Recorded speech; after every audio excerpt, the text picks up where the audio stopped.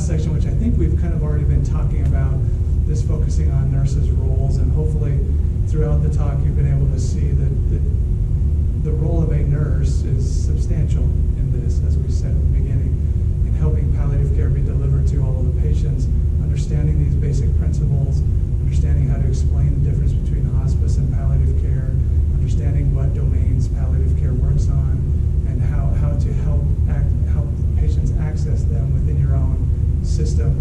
Very, very helpful. So these are just some thoughts about what can be done. Just be aware of what palliative care does, comprehensive palliative care and primary palliative care, whole patient assessment, which you all are very good at. That's why you're perfectly set up to help deliver this. Facilitate the discussions with the patients and families, and I know sometimes obviously it's difficult